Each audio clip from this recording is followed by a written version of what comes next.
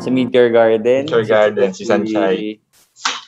Parang bagay si Barbie Forteza. Si Barbie, sakto. Pwede. Barbie Forteza. Si Barbie, alam mo, ang galing niyang umarte. Kasi nung nag-Heartful Cafe kami, parang medyo kontrabida role siya doon kasi guest siya di ba? Tapos ang galing niya mag-kontrabida. Alam mo yun? So parang, medyo torn ako kasi parang to be honest, gusto ko talaga siyang ka-eksena. Like parang galing niyang umarte. So hindi ko alam kung gusto ko siya maging leading lady or kung gusto ko siya maging kontrabida. Hindi ko mag-gauge kasi magaling siya sa parehas Pero siguro siya, one of the series siguro. Diba?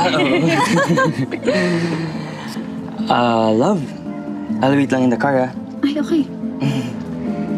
Pero ikaw, ano pa bang dream role mo? Gusto mo bang ako pa rin ang kalapti mo? Dream role ko, matuloy yung, continuation ng Maria Clara, di ba?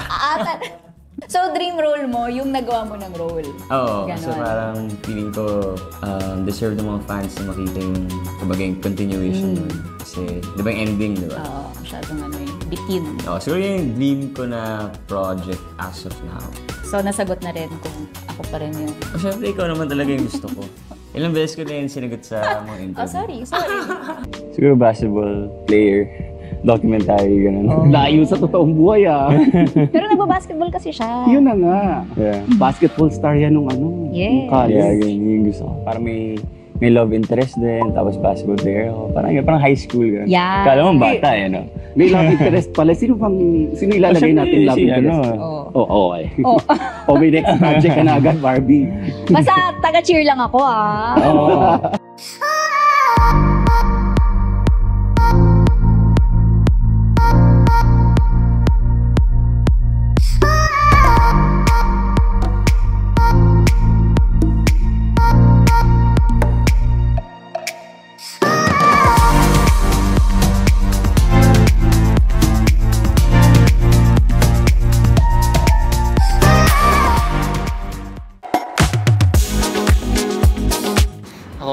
Maria Clara and Ibarra. Yung Fidel continuation. Yeah, I think gusto kong gawin yun. Big impact yung Maria Clara and Ibarra. Like, syempre for the fans na rin and also for me personally. Gusto ko yun kasi yun yung pinaka na-enjoy kong gawin. Na-enjoy ko naman lahat, pero yung pinaka. Tsaka hindi, kahit naman tayo, honestly, ako naging fan din naman talaga ako ni Clay at ni Fidel. And I've always wondered, paano sila mag-e-end up? Ang daming tanong, so gusto ko rin sanang malaman yun.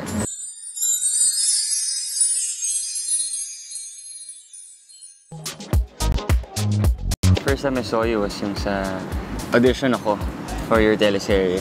Okay, oo nga. Yung Meant to Be. Oo nga. I think first audition kaya tayo, or second audition. Nakaka-intimidate, di ba? Like knowing na si Barbie yung ka-eksena mo. And then, yun na nga, ang nangyari, ang sama nung acting.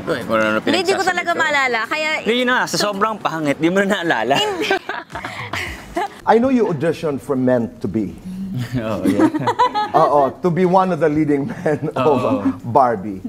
Go back to that experience and how was it? I just remember na sinabi sa akin na nung handler ko at that time na mag-audition daw ako kasama si Barbie Forteza. So pagpasok ko ng naalala ko pa, sabi kasi doon parang kailangan ng Chinese guy. And then when I got to the room, I entered the room, nakita ko si Barbie, parang nakaka-intimidate naman talaga. Ano sabi ko sa'yo? Hindi naman, parang, I mean, gets ko naman, syempre, pagod ka na, ang dami mong naka-audition. Susuplada ako? Hindi naman. Kasi magaling si Barbie na actress eh. So you messed? You messed up with that audition? Wala talaga, hindi ko lang mga pinagagawa ko. Sabi ko, sure ako hindi ako makakuha dito. Oh my God. So alam mo na kaagad? Yeah. Ikaw nang nag-declare? Yes. Pero to be fair, first audition. Yeah, first ever First audition. 2016 pa lang na nag-audition ako. Pinlalo na namin, 2022, mag-love team kami. Oo. Nag-audition ako sa show mo, Meant to Be, di ba? Nahihiya pa ako sa kanya. Ngayon, Hindi ka na nahihiya? Hindi na ako nahihiya. Diba? Love team na kami. So yun, nakakatuwa, tsaka nakakaiyak. Naiyak ka? Naiyak din ako. Lalo na kahapon. Hindi, good job kahapon. Speaking of throwback, alam nyo ba na 2016 pa raw nang unang magkakilala sina Barbie at David? Sa audition ng GMA Romcom series na Meant to Be, hindi raw pinalad si David noon at napunta kay Kenshan ang role. Hindi ko pinili si Ethan. Dahil ikaw ang pinipili ko. Ako? Bago lang akong artista nun at hindi pa ako masyadong marunong umarte. Tapos medyo na-intimidate ako kay Barbie kasi I heard na magaling nga daw siyang umarte. So, totoo nga. Pero di mo pa ako kilala nun. Kilala na kita. Telege? Kala ko makukuha ko eh. Hindi pala. Dapat kasi pinagbigyan mo na ako. Pero sabi nga ng iba, good things take time. And what is meant to be will happen. Ang barda ng boy natin, Barbie Forteza and David Licao. Sorry, bawal po, bawal. Bawal po si Ken dito sa loob. Thank you! Happy na hanggang ngayon magkasama pa rin tayo sa work. And ayun, sana magkasama pa tayo ulit.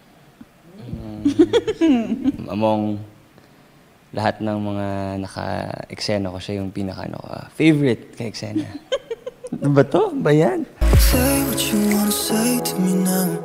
I wanna wake up with you in the morning. Show me there's nothing fake to me now. I wanna wake up with you in the morning. Say what you wanna say to me now.